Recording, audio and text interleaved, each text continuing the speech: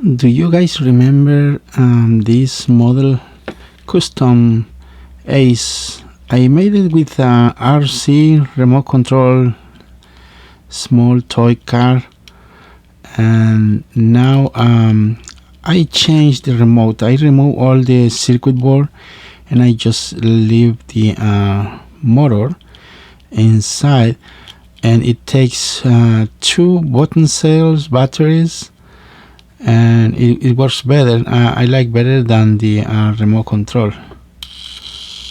Look at that, it's working. Now I can put it on tracks. Unfortunately, I do not have any tracks with me. Look at that, beautiful.